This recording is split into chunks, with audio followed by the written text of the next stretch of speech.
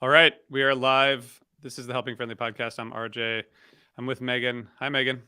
Hey RJ, how are you? Good. How's it going?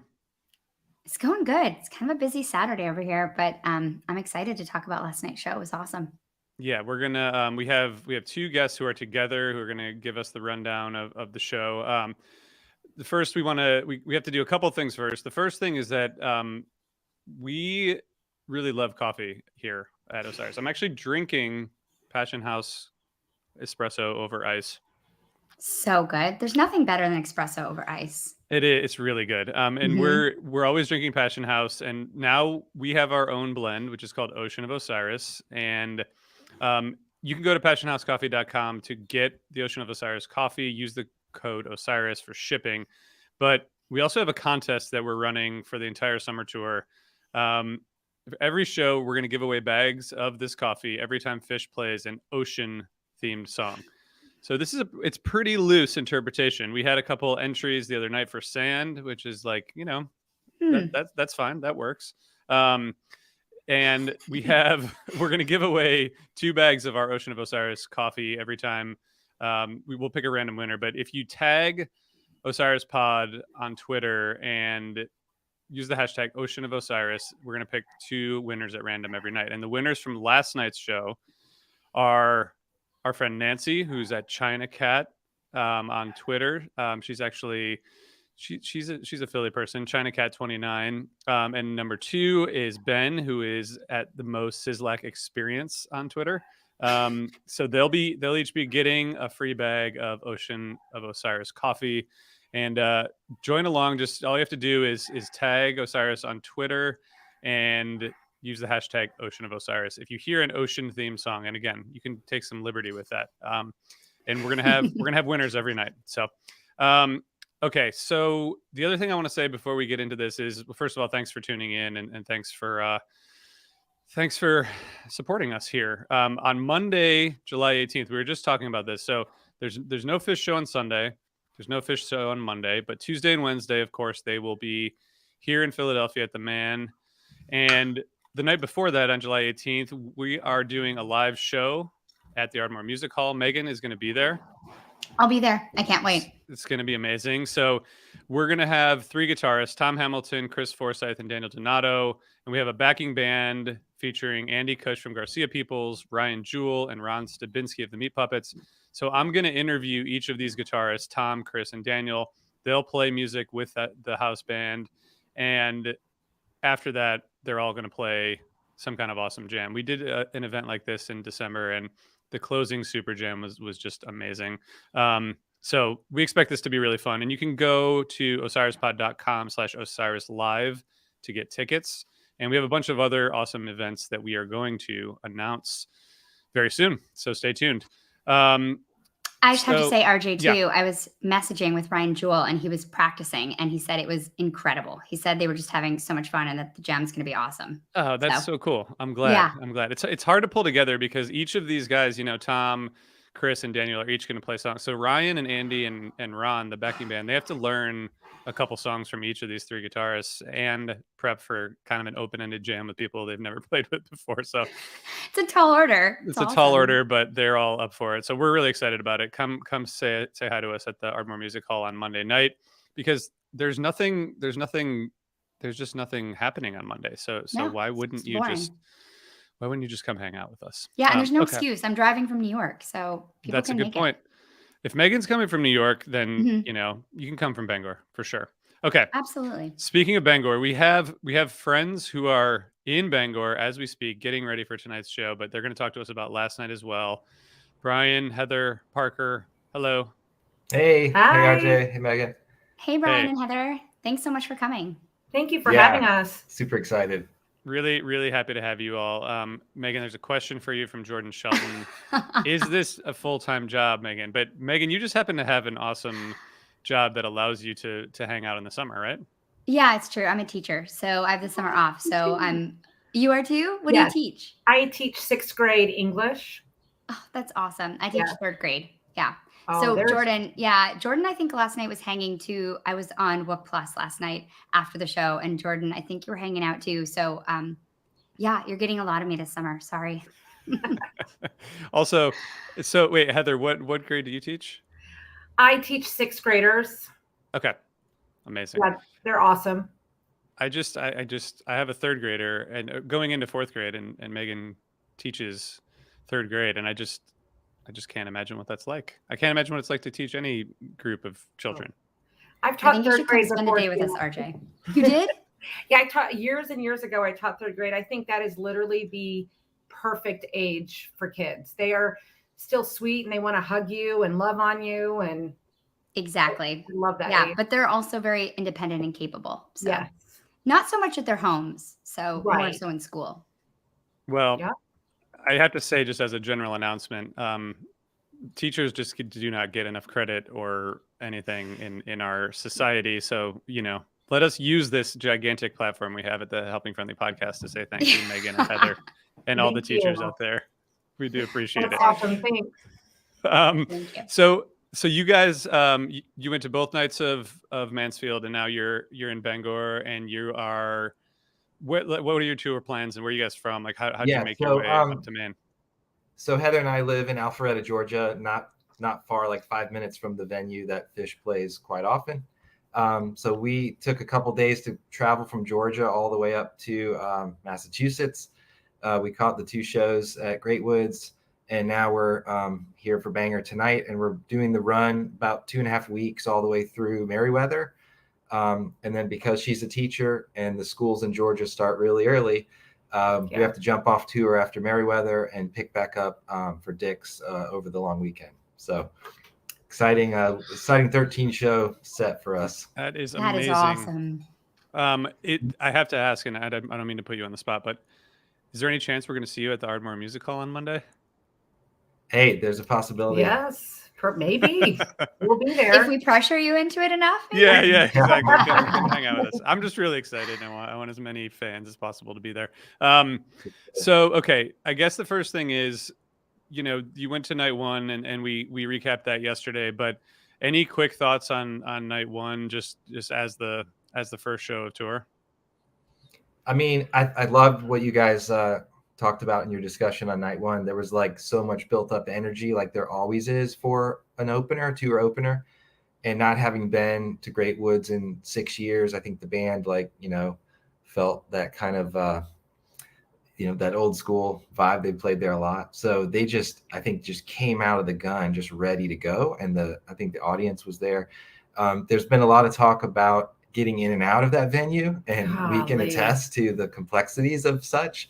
So I think I was going to actually talk about tonight as an observation, but I'll relate to the first night. As soon as those first notes hit, it was like 7:32 or something, and not everybody had got the memo that it was an early show, or they were out there stuck. The waves of people running into the venue, literally as music was playing, was hilarious to me. I mean, just hordes of people running in. And so when you compare that to yesterday, people were a little bit better prepared. They got the memo, for sure. So the venue was pretty full much earlier than it was yesterday. So when they hit that 46 days, people were already just ready to go.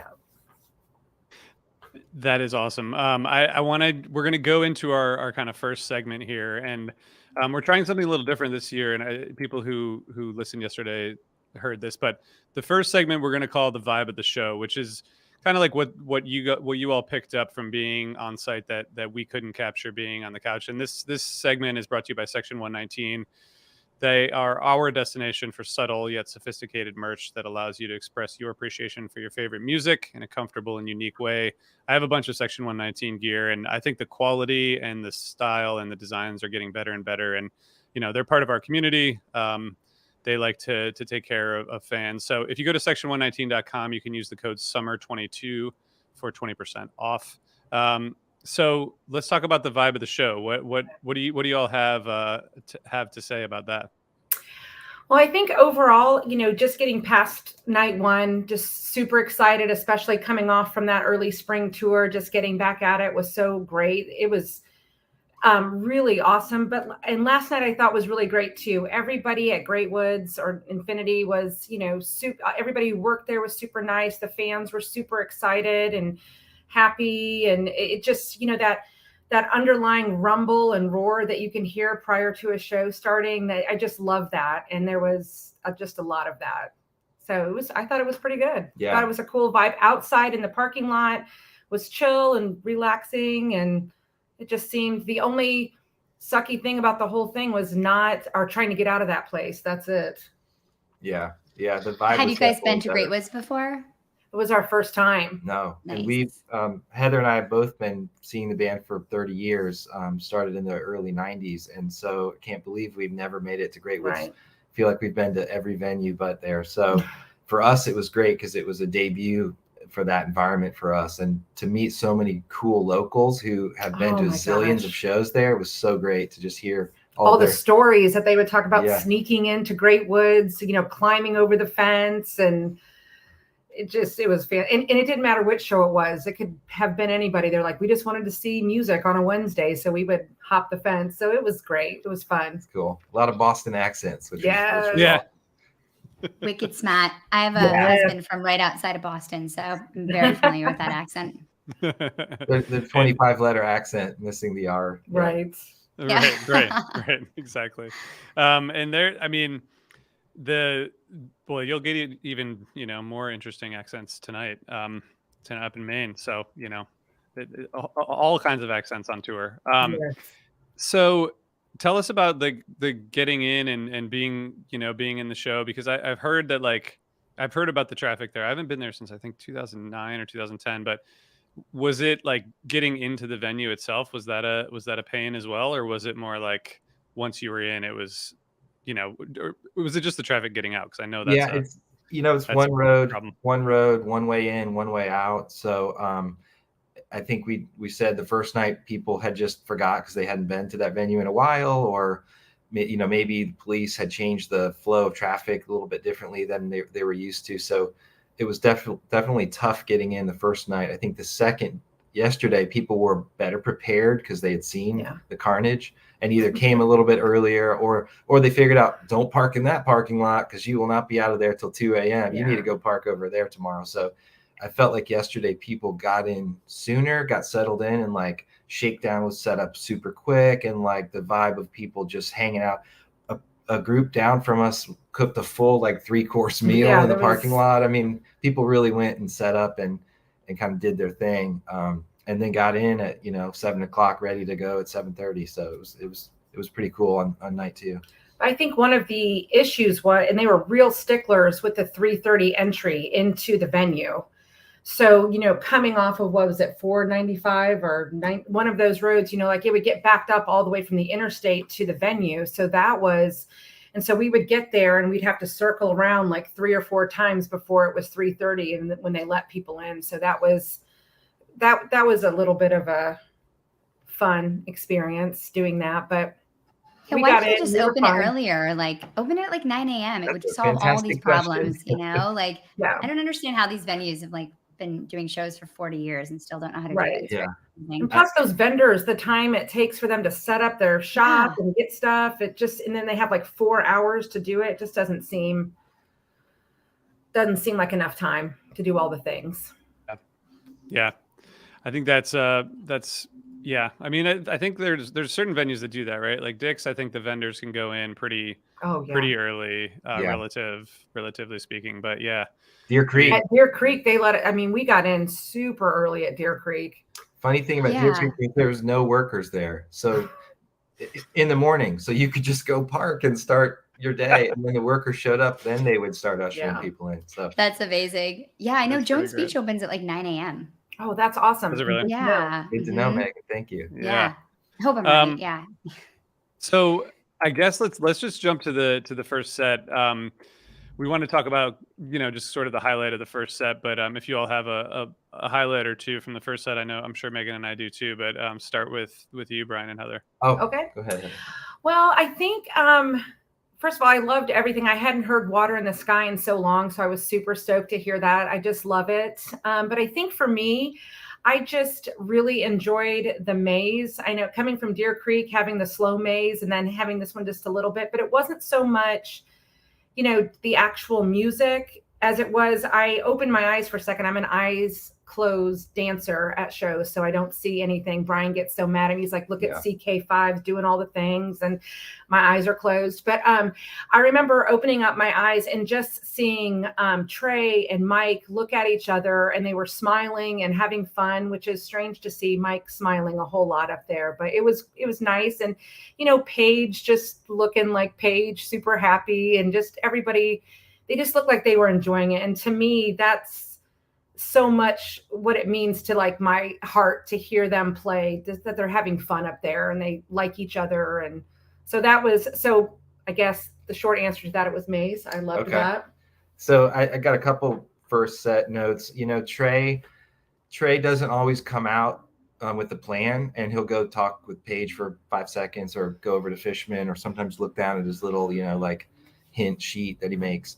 He had a plan last night. He walked straight out. If you watch it back, he walked straight out and just boom, was into 46 days. And it was, I love that, because like either walking out there, he goes, oh, I'm doing 46 days right now or whatever. But just, I love like the energy he had in delivering a 46-day opener, because you don't always see it in that slot. You know, for me, I'll call it the 1.0 block in the middle of the set. I love the Rift Wolfman's Maze was for me just a pleasure.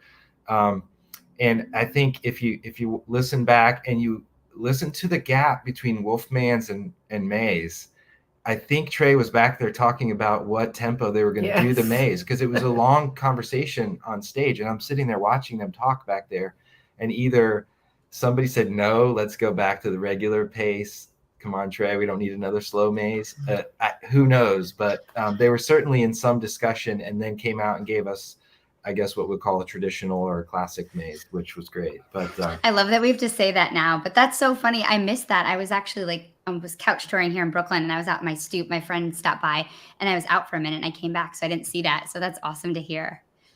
And then cool. To top it off, I thought I thought Bathtub Gin was the highlight of the set. Right. And it's not always up there. I love the song, but it's not always like in my hit list for a set. But I don't know, they did something different that the last few minutes of the Gin that just like they could have ended on it. I think they needed to fill a few more minutes, so they threw the rock and roll on there. But that Gin was built to a sweet. And I think everybody was probably wondering, gosh, where is the mics? What's happening? Like that kind of pause from night one. So it was just fun. Yeah, that's awesome. I was listening to the show in the kitchen because I had the webcast on in the living room, but my kids were watching their iPads. So I had like the sound in the kitchen. So I heard the Maze, but I was wondering at the very beginning, it sounded like once they went into Maze, it was like going to be a regular Maze, but I'm glad there was a little bit of discussion. Yes. And who knows, maybe they were just saying, hey, how was your, they took a vote. How was your sandwich tonight? Yeah, exactly. Yeah, exactly. Megan, what were your highlights from set one? Yeah, I also really loved the 46 Days opener. I thought Fishman sounded incredible. Like he was hitting those like deep drums. He's on a new kit. He sounds really incredible. I mean, he was amazing all through last year, but he's still on fire. And it was just great. I agree, watching him and Trey like laughing and smiling after that song. They just looked really happy and pumped to be there, which was great. I thought the Everything's Right, though, was my highlight of the set. Just this jam, like they went into this like incredible jam with Paige on the synths that was just like really, really cool. And Trey was playing these beautiful chords. I thought it was just gorgeous. And then I loved how Trey came in over playing Rift over like the end of that jam. I know a lot of people were calling it a ripcord, but I actually don't think it was. I think it was just Trey deciding he wanted to move on to something different. I feel like a ripcord is like definitely a more dramatic change, but but I thought that was really cool. And I like the segue. I thought that was cool. Mm-hmm. And, they did a nice rift, which was great. But I also really love the rock and roll ending. I also thought the set was done after Gin. I was like, on couch tour, all right, packing up, ready to go like refill my drink and, walk upstairs. And then they come on with rock and roll, which is just so fun. Trey was like jumping up and down, and Fishman was like singing, if you could call it singing, really just like having bad vocals, but it was fun and it just looked awesome. I thought it was, I kind of thought it was going to be over after the Gin. I love those Gin jams, just like they really like the driving upbeat jams. That Everything's Right, like you said, Megan, it started off like in the way you described, and then toward the end, it kind of got more like bluesy and a little looser. And like when Paige went back on the piano, like it kind of, it's just amazing to me still how much ground they can cover in a jam like that, and they get there fast, and then they you can just like hang out there for a while, and then they go somewhere else. I mean, it was a really cool set. And Rock and Roll Closer was like nowhere on my predictions list. No way. Yeah, that was the longest jam of the night too. That Everything's Right. It was 16 minutes, but like you were saying, RJ, they do a lot in these like micro jams they're doing now, last night and tonight, which has just been really cool. I'm actually okay with that. Like, I don't need every jam to go 30 minutes. So I thought it was fun. Right? I think the 16 minute, I mean, especially in like the third slot, right? That was pretty early on to hit that. I feel like they've been doing that a little bit more lately, like really jamming out the first. I mean, they've always done it, but like jamming out the first set pretty good. Yeah, I would say they are not disappointing. If you look back at the postponed New Year's run in April, and then the spring tour, and then even what we've seen the last 2 days, I love the no rules apply approach that they're taking. Totally. All of us guys sitting out in the audience going, what are you going to call for the opener? Forget it. You can't call anything. Yeah. And it's kind of awesome, right? So true. It's like set list rules are over. Oh yeah. Gone. And I think that's just part of the band, like messing with us too. They love it. It's all a game and fun for sure. No doubt. They're having a blast, and they like, keeping us on our toes, obviously. How do you guys feel about a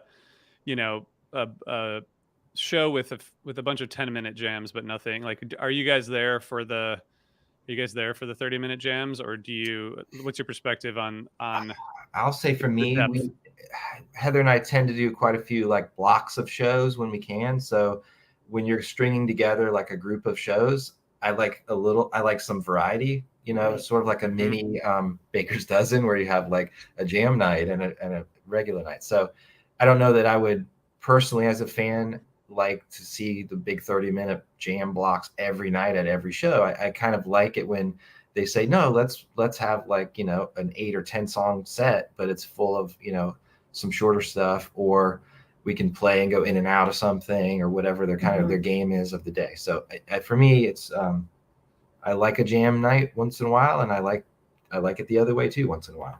So. Yeah, I would say that I feel the same. I do like a good jam night. And I remember at Alpine when they did the Ruby Waves, looking over at Brian going, is this still Ruby? Because you just get lost. Sometimes you just get lost in them and you don't know really what's happening and going on. So I do appreciate that. And I love that they're up there and they are experimenting and they're, just doing their thing. That makes me feel really good about the trajectory of the band and them enjoying each other and enjoying playing music together. But I tend to be really high energy at shows. So if I got like a sparkle at every show, I would be loving life.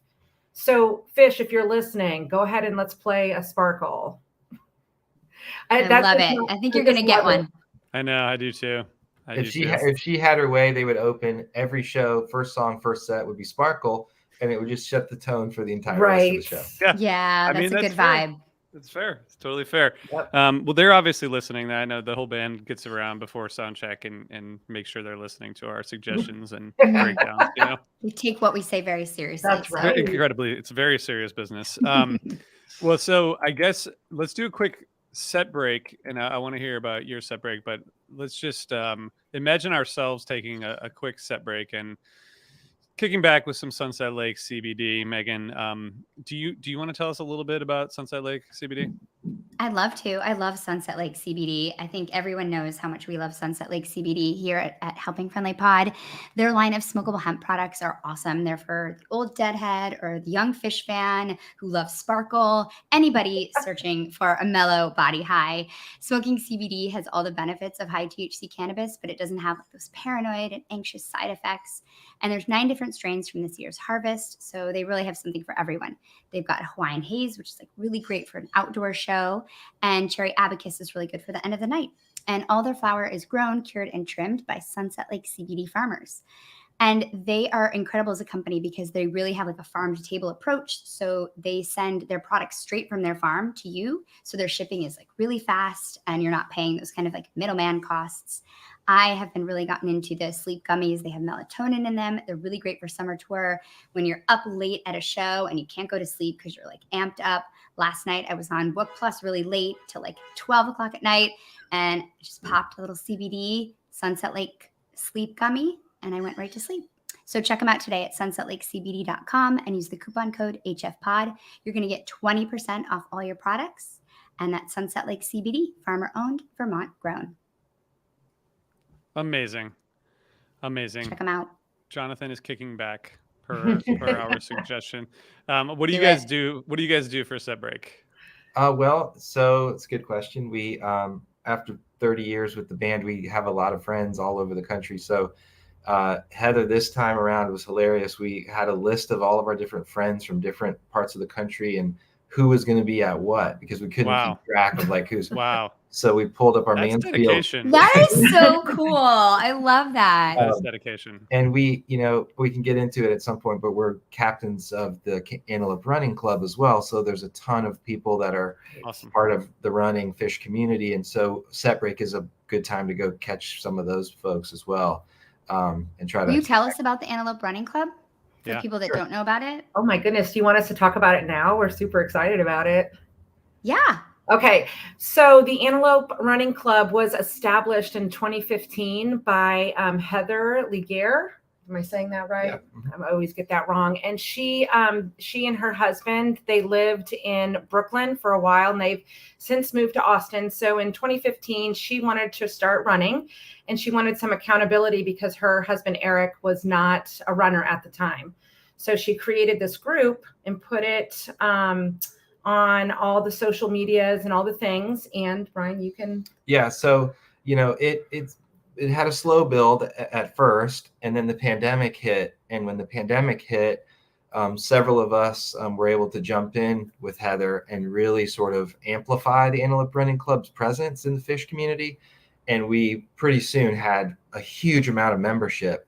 So what we do as a club is, especially through the pandemic, we were organizing virtual runs that had fish themes. We had really cool fish shirts. The Corota Classic. Yeah. We have the AC Wook 5 run coming up for, all kinds of things. And we did scavenger hunt runs where you'd look for like fishy stuff when you're out on your run, and people would send photos of, leaves or whatever, turtle in the cloud. It's hilarious. And so because we built that community of runners during the pandemic, once touring began to pick back up in 2021, we started doing meetups at every show. So basically at every city stop along the way, we do an Antelope Running Club meetup and we do a run together. Yeah. And it's just super easy, no racing, just easy running, talking. And it just, it's just a great way to have like a healthy running focused, but also people who love fish all together kind of talking. So it's really the best of both worlds. It's really fantastic. And then recently we had an opportunity to partner with the Divided Sky Foundation, Trey's personal foundation out of Vermont. And we helped plan the first annual Divided Sky Fund Run for him up in Ludlow. And we got to go up there and participate in that. And so amazing. It was fun. It was amazing. Yeah. So, obviously the focus there is on getting people healthy and all the struggles that everybody who are dealing with sobriety are going through. And so this was just a great way to get, running, focused again. And when we did that run in Ludlow, we saw even more membership. So the Antelope Running Club is now a pretty decent group of folks. Yeah. And back to your set break conversation, there's tons of people that want to come talk to us and talk about. They see us and, it's a big club and we know a lot of the members, but, just some people just are those lurkers who go in and they check it out and they don't post or things like that. So we had people last night behind us say, oh my gosh, are y'all from the running club? And we were like, yay, we are from the running club. That's awesome. That's so great. Heather and I happen to be models for the t-shirts. Oh my gosh, on the that's Antelope. Used very loosely. But people come up and say, hey, you're the shirt.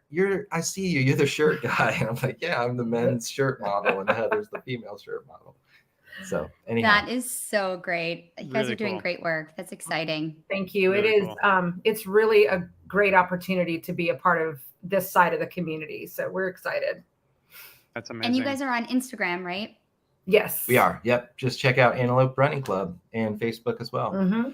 So, and back to night 1 and night 2, we got in line early so we could get in at 3:30 so we could set up what we call the ARC mobile, which is the Antelope Running Club mobile. And we set up in a spot where everyone was walking by. So we got to meet a ton of people and give out stickers and try to get some new memberships. So it was cool.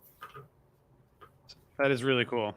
I know the feeling. You go and people are like, hey, are you the person who does that thing? And it's always great. I think people are like, sorry to bother you. And you're like, actually, it's great.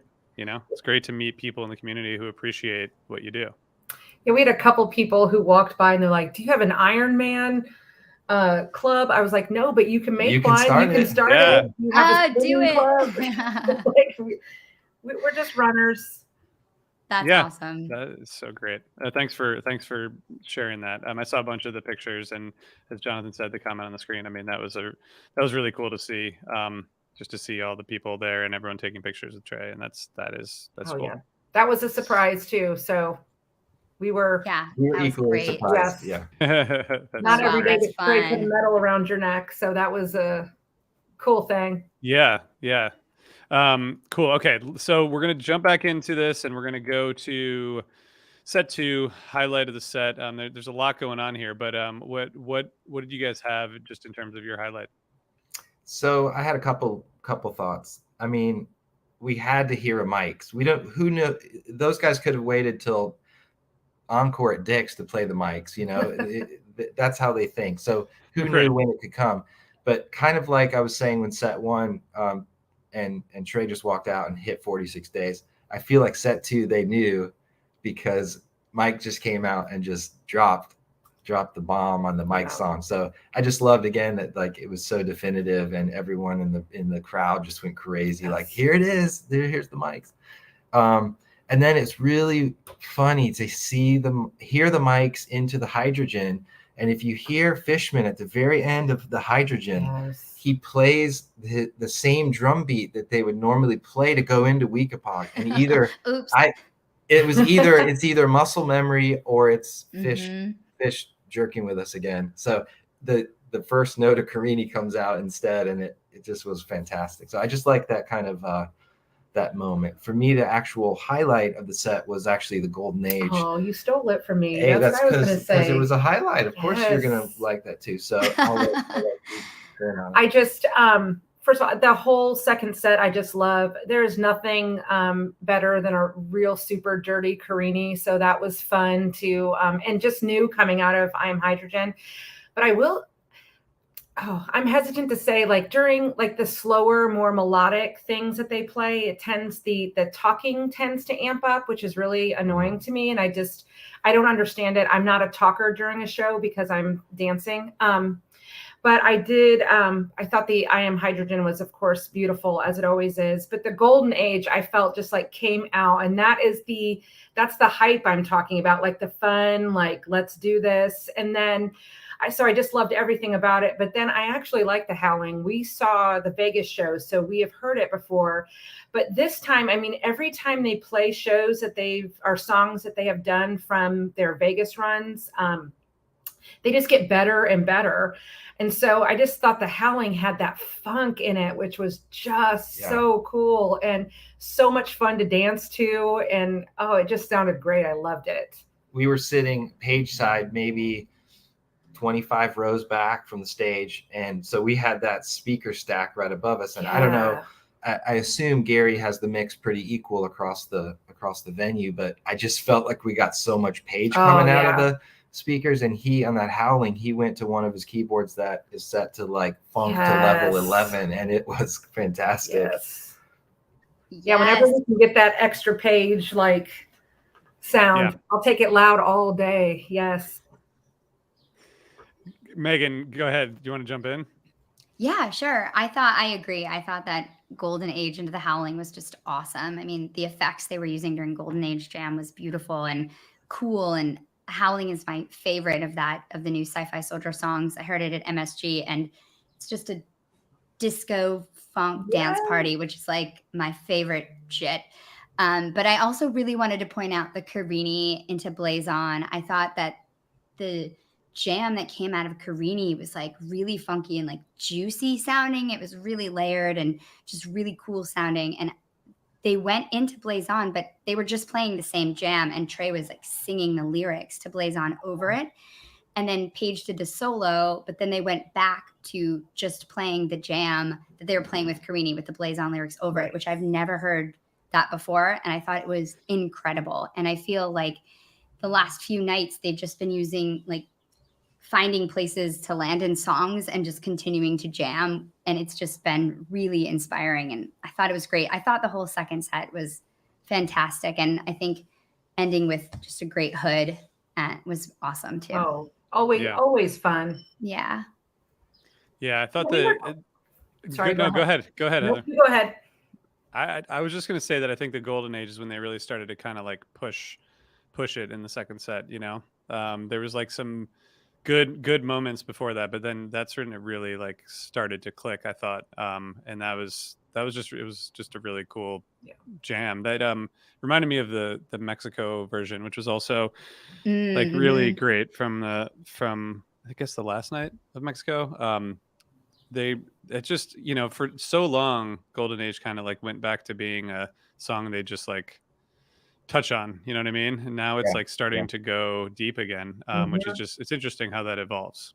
Well, Megan, I'll say I love your take on the Carini Blaze On. I read someone's review this morning, and my point here is that we have such diverse opinions in this in this group following this band, and I love it. So this review was talking about, okay, the other three members of Fish kept playing Carini, and it was Trey singing Blaze On, and the other three, and you know they're all about listening to each other. That's what they're about. The other three were sort of saying, we still want more Carini, Trey. And Trey was like, no, I want Blaze On. So it's so cool. I mean, do you think they like more beautiful? Yeah, no, but I feel like maybe they've thought about doing something like that before. Like, can we continue with the jam and bring in lyrics to a song over it? I don't know. I'm so curious as to how their thought process is with those kinds of things. Yeah, I'm trying to think positively, but no, I thought it was intentional and super cool. No, I love it. Yeah, and I support your intentionality with that. We're all about like assuming or like assigning intention to this band when they probably are just out there having fun. But you know, that's an ongoing debate, I would say. I always give Brian shit for it because I'm like, I don't know, I don't think they really think that much about it, but it's more fun to think about that they do. Because then it is, and Brian always has like very like beautiful like explanations of why they're doing it. So I like his too. Yeah. Well, you know, I'm glad you said that, because when you saw, you know, the Mound that they played on night one, and then Mike Gordon releases a video on night two of Trey like trying to figure out a section of Mound backstage in the rehearsal room. Yep. And the fact that Trey was like, yeah, of course, send that out, Mike. I love it. Like, right. It just shows that you don't know what's happening back there in the rehearsal room. And they might have said, hey, let's keep going on that Carini like foundation, and I'll start in on Blaze On because they're the same key and we can do that. Who knows? You know, who knows? There was that. I do think Trey's, you know, we've talked a lot on the podcast, and everyone I think listening knows, like, you know, there's been this kind of back and forth between the democratic way of doing things with Fish, and then like there's like the opposite, which is just the Trey driven way, I think. And I think, what was that? There was a show from the spring where Mike was trying to push into Passing Through, and then like Trey just like was like no and went into something else. I feel like there's like some of that communication on stage, which seems like it's not malicious. I think they're all probably fine with it, but it does seem like there's a little bit of, you know, back and forth, which probably creates better outcomes. Oh yeah. Yeah, I would think so. Absolutely. Agree. So the Harry Hood closer, which is always just, it's always great. It's always great. It's my favorite song to hear live, which means I probably won't hear it at the Man, but probably eventually. But the encore, 3-song encore, which is kind of fun. There's a 2-song encore the first night. Anything notable there for you guys? Well, I love all three of those songs. So I'm here for a bouncing around the room at any time. So that's again, just a fun, light, hearted kind of dance around, get your feet off the ground kind of song for me. For me, again, it's all about that feeling that I just want to dance and have fun. And I'm not, I don't really know anything technical about what they do. I just know that it sounds really good in my ears. So I love. That's all that matters. Right. That's all that matters. Yeah, I'm on the same boat. I'm kind of a stat nerd, and I know some of you guys on the podcast, some of your colleagues are stat nerds Yeah, too. that's a generous way of putting it. Yeah. So we had read that the fines at Great Woods, if you go past 10:59 and 59 seconds, the fines that start racking up per minute were incredible. So I noted on night one that Trey finished at 10:55, right on the nose. So my point is, when he came out and started bouncing, there was plenty of time on the clock. I knew he was going to push as close to 11 as he could, because he wants to give us as much as he can give us. So the bouncing kind of went through and did its paces. It was fun, but I knew it didn't have that, like, it wasn't hitting hard like an encore is going to do. So something else was coming. It didn't expect the NICU in there. So clearly, he was managing the clock and knew he had time to do a few things. And so they did the NICU, which I enjoyed. And then, of course, he knew exactly how long Slave is, because it's a pretty orchestral piece for them. So they know precisely how to get the Slave done. And I think it was 10:57. Yeah. So he was right. Yeah. He was bang on with that final note of Slave. So loved it. And I thought the Slave was super beautiful too. I loved it, all of it. That's like 12 minutes Slave too. It's not like it was rushed. No, it was deliberate. That's like a Hall of Fame quarterback move in terms of clock management, right? Like that's like, it really is. It's pretty amazing that you can pull that off. 3 songs and pull off a great Slave and still no fines, as far as we know. Yeah, and it was great. And then you will never see a mad rush out of a venue more than you will at Great Woods. The minute the last note was done, it is a mass exodus, because you have a 2 hour wait. I think a lot of people left early. Some people, I know night one, we knew a lot of people who left during the encore. Yeah. Which I guess it's so sad that they can't manage it better, so people don't have to leave the show early. Right. But we had mega dance space for the encore. Yes. That's always good, though. Yes. Well, because coming out of that venue, it's sort of like, there's not a lot of walking, there's not a lot of Ubers, right? Like it's mostly just you gotta drive in and out. Right. I think they had that aspect of it pretty, I feel like laid down, not locked down, because there was a whole section for all the cab rides and the Ubers and Lyfts and things like that. Okay, good. Oh, that's good. The friends that we knew who took Uber got home before the friends we knew who drove. So the Uber situation was actually the smart bet. Nice.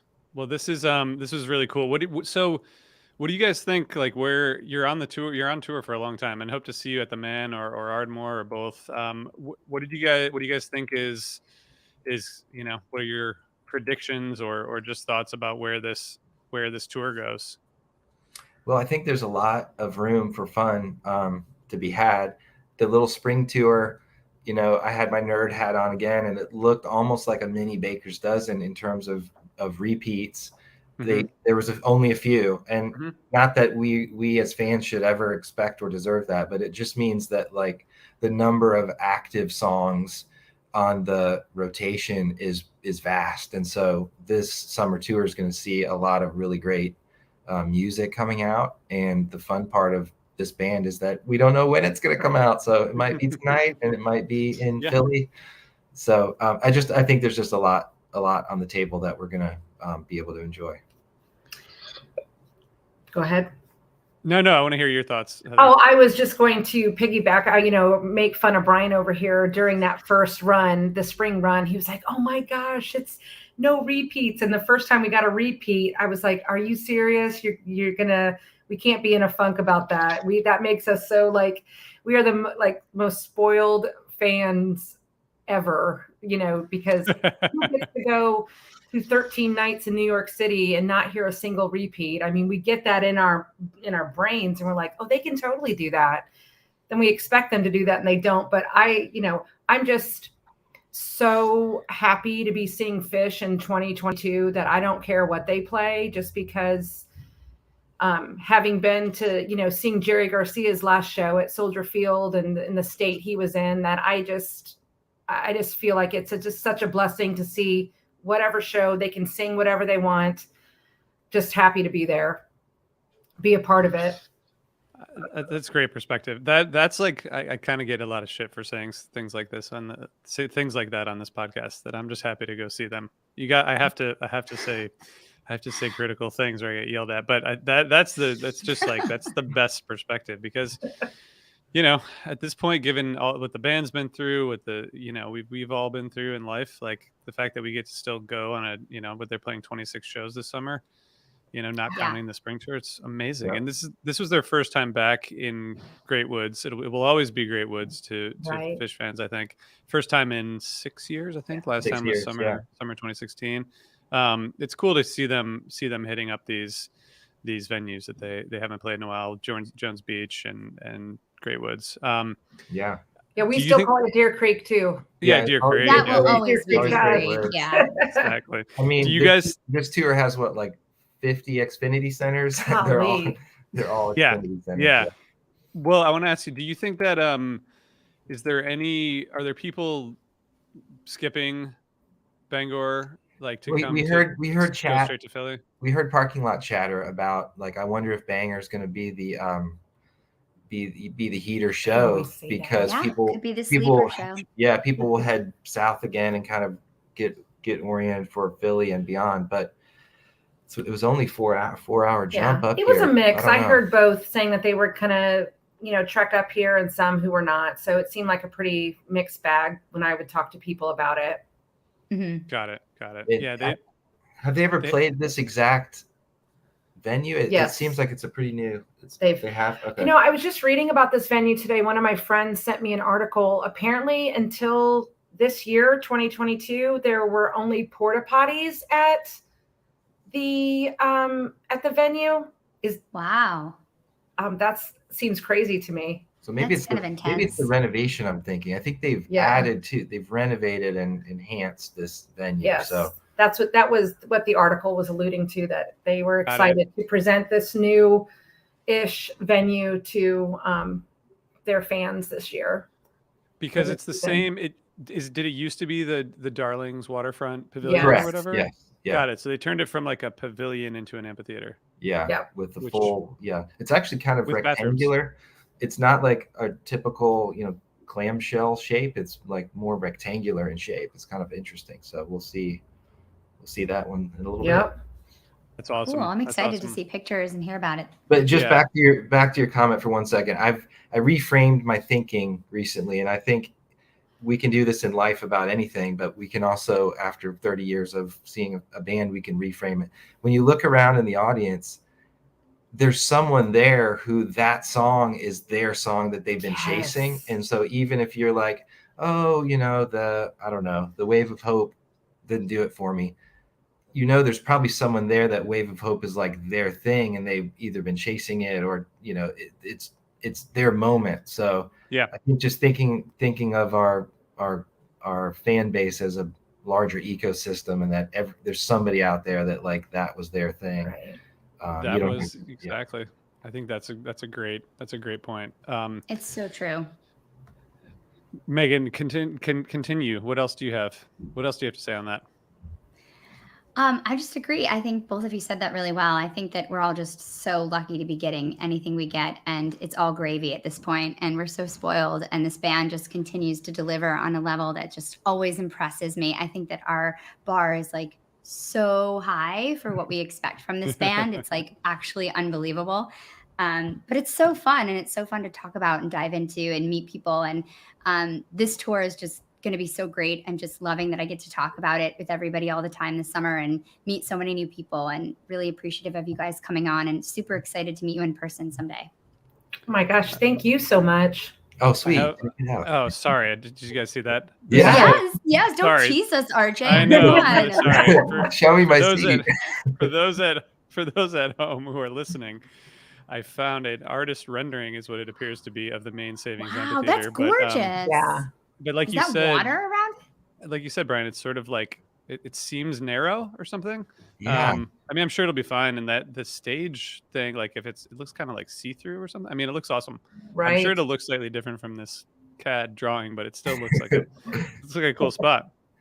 Well, that's my world. I'm an architect by okay. trade, so we deal in renderings like this all the time. Yeah, it'll be interesting. I can't wait to hear your review of tonight's show, and just you can maybe ask your panel questions about the venue. What was I definitely will. We definitely will. Yeah, we're excited.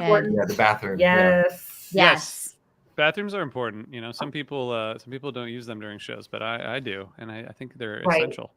Or if you were at Clifford Ball, you still have trauma from the portalettes at Clifford Ball. So there you go. Later. Matt Kolna, who's watching on YouTube, been chasing Mound since '95 and finally got it. So there's an example of exactly what you guys were talking about, which is really fun. This is great. It was really nice to meet you both, Brian and Heather. I hope to see it on a different note.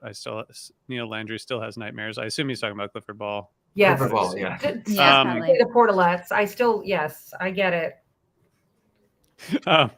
It's nice to see you both. Hope to see you guys in Philly, and I guess we'll let you go, and Megan and I will wrap up. But thank you, Brian and Heather, for joining. Thanks for having us. Pleasure talking to you both. Thank you so much. This was really great fun. So nice to meet you all too. Hope to see you guys again. Much. Have a great show tonight. Everybody take up running. Yeah, go. Yes. Go run. Sign up. Thank you for all that. Thank you for doing all that. Bye. See you guys. Bye. All right, Megan. So we have a Saturday night show, no Sunday night show. I'm still wrapping my head around this, even though I should have known because we've been planning this for a while. But do you have any specific predictions for tonight? I don't know. Maybe it's Tweezer night. Maybe it's Tweezer night. It would make sense, right? Yeah, kind of makes sense. I'm excited about this. And I just want to remind everyone before, I'm not going to make any predictions, but actually, no, I think it's Tweezer night also, because it would just be too good if they saved it for the man. And I just don't. Oh yeah. I think I'm going to have to see Tweezer at like Meriwether or Raleigh. Maybe we'll see it together in Raleigh. I hope so. That'd be awesome. That's going to be the sleeper show. So with Jonathan, so. Yeah, exactly. And Jonathan said, I only run when chased, but I respect their commitment. Thank you, Jonathan. And I just want to tell everyone one more time, we have this contest going on with Passion House Coffee. And so the way it works, just for those of you still listening, follow us on Twitter at OsirisPod. Every time Fish plays an ocean related song, tag Osiris and use the hashtag Ocean of Osiris, and we're going to select 2 winners at random. We have our own coffee called Ocean of Osiris, and it's really delicious. And you can go to passionhousecoffee.com to get some coffee, and you can use Osiris for free shipping on every order. And one last plug for the Ardmore Music Hall show that I'm going to be hosting with Osiris on Monday. Go to osirispod.com/Osiris live if you're in Philly, or if you're taking a break between shows, or if you just want to come hang with us. Megan, anything else, or we should let everyone go back to their Saturdays? Yeah, I think we should let them go. Get ready for the show. All right. Thanks, everybody. See y'all tomorrow. Thanks, RJ. Thanks, everyone.